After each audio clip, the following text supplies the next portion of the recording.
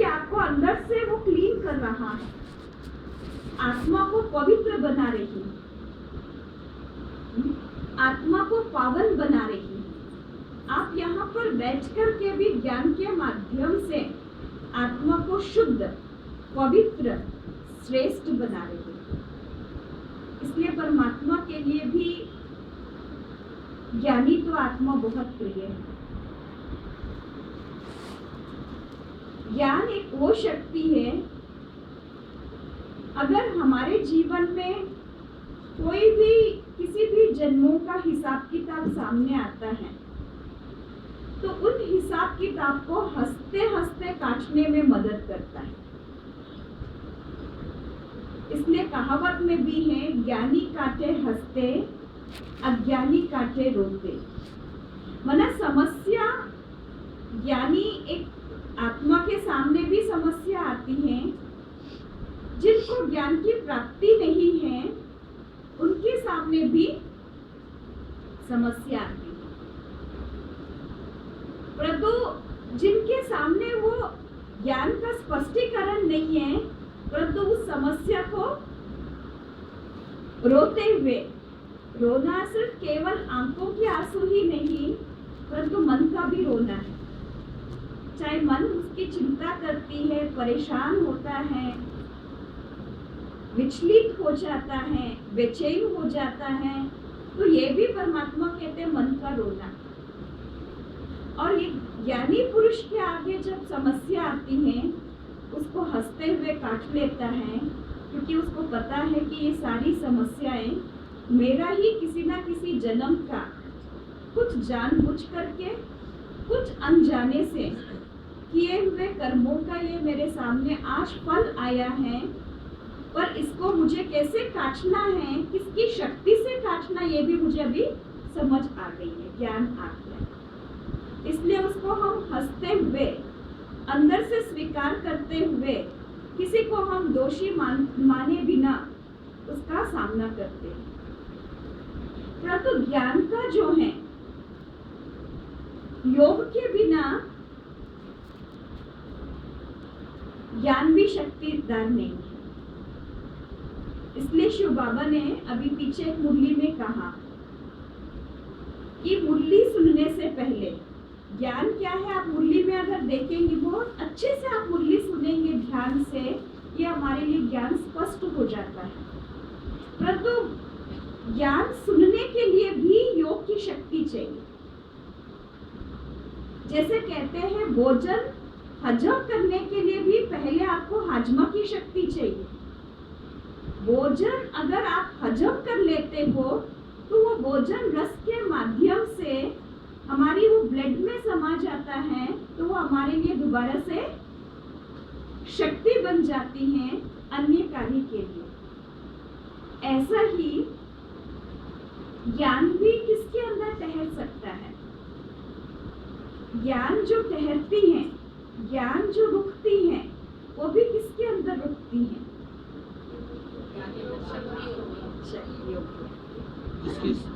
इसके लिए ना मुरलियों में बाबा उदाहरण देते हैं। अगर हमारी बुद्धि में ज्ञान को ठहराना है, रोकना है, उसके लिए चाहिए सोने का बर्तन। जैसे एग्जाम्पल बाबा देते हैं, शेरनी का दूध सोने के बर्तन में ही ठहर सकती है। ज्ञान आत्मा के लिए एक खुराक है, भोजन है भोजन। इसलिए आप देखिए, चाहे कितना भी आप उलझे हुए हो, कितनी भी आपके सामने समस्याएं हो, एक बार आप दिल से बैठ के मुरली सुन लीजिए। आपको हैरानी होती है कि मैंने बाबा को बोला तो नहीं था, और बाबा ने मेरे अवस्था की जवाब या मेरी परिस्थिति का जवाब बाबा किसी भी रूप में मुरली के अंदर दे दिया। मतलब वो खुराक है, वो लेने के बाद आप कितना फ्रेश हो जाते हो। एक तरह से भोजन है। अब भोजन आप जैसे बनाते हो या भोजन करते खाते हो, या तो पहले हाथ धोते हैं, या जिस बर्तन में भोजन बनता है उस बर्तन को क्या करते हैं? धोते हैं, साफ करते हैं।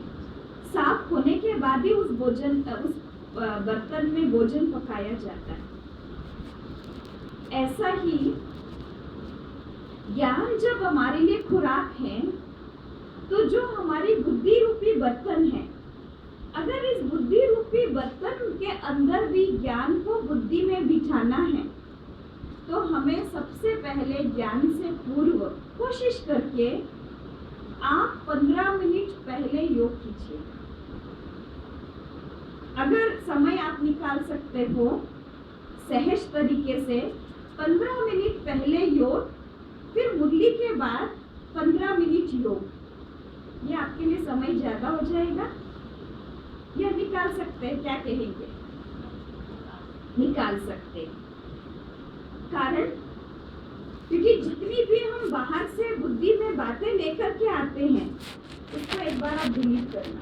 योग में बैठ एकाग्र होकर के अपने आप को एक विद्यार्थी समझ करके, ईश्वरीय विद्यार्थी, गॉडली स्टूडेंट समझ करके, उस बात को बुद्धि से डिलीट करके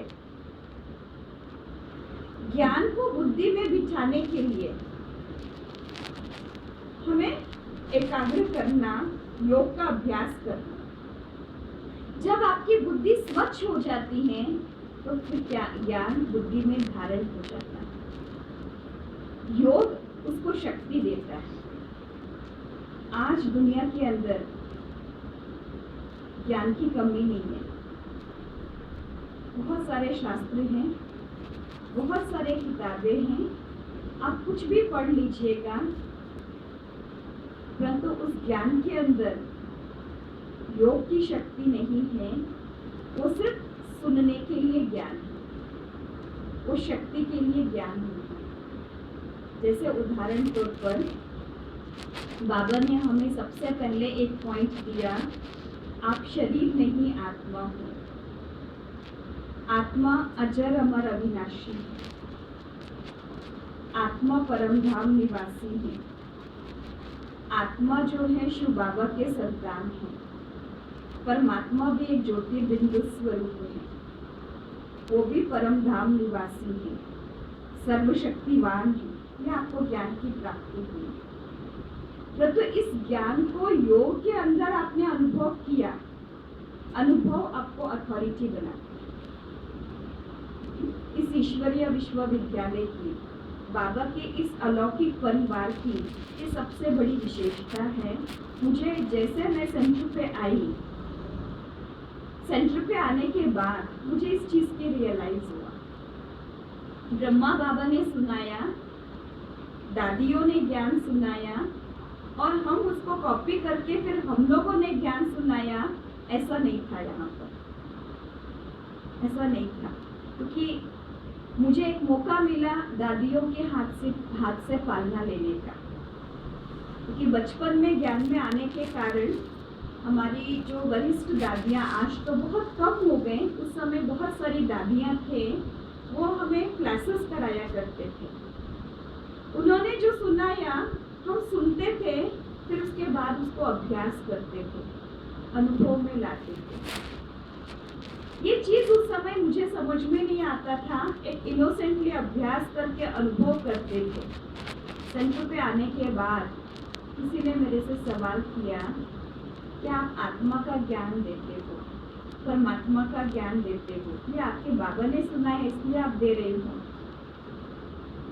एकदम दिल ने कहा नहीं। इसलिए हम आपको आत्मा का परिचय नहीं दिया कि हमारे बाबा ने सुनाया हम आप तक पहुंचा रहे, नहीं। उस आत्मा का अनुभव मैंने किया और उस परमात्मा का अनुभव मैंने किया, उसके साथ प्यार का अनुभव किया, संबंधों का अनुभव किया।